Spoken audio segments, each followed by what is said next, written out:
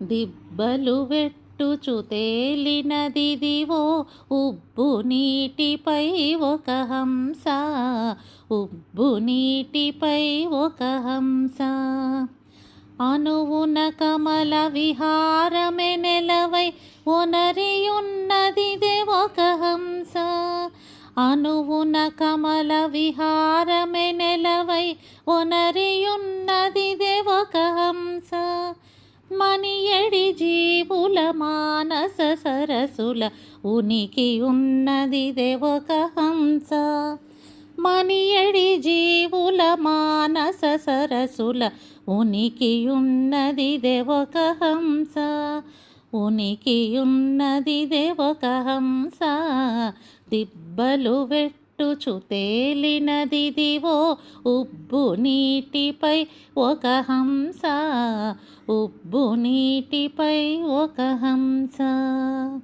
పాలు నీరు వేర్పరచి పాలలో ఓలలాడెనిదే ఒక హంస, పాలు నీరు వేర్పరచి పాలలో ఓలలాడెనిదే ఒక హంస. పాలు పడిన ఈ పరమహంసముల ఓలియున్నదిదే ఒక హంస, పాలు పడిన ఈ పరమహంసముల ఓలి ఉన్నదిదే ఒక హంస, ఓలియున్నదిదే ఒక హంస.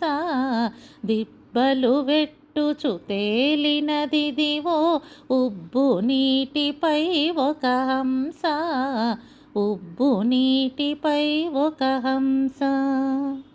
తడవి రోమరంధ్రంబుల గ్రుడ్లను ఉడుగక పొదిగేనొక హంస, తడవి రోమరంధ్రంబుల గ్రుడ్లను ఉడుగక పొదిగేనొక హంస.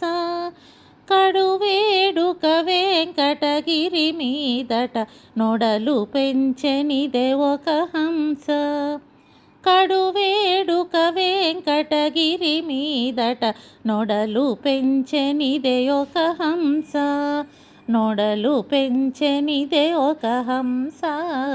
దిబ్బలు వెట్టుచు తేలినదిదివో ఉబ్బు నీటిపై ఒక హంస, ఉబ్బు నీటిపై ఒక హంస. మహాప్రళయం సంభవించినప్పుడు సృష్టి అంతా జలమయం అవుతుంది.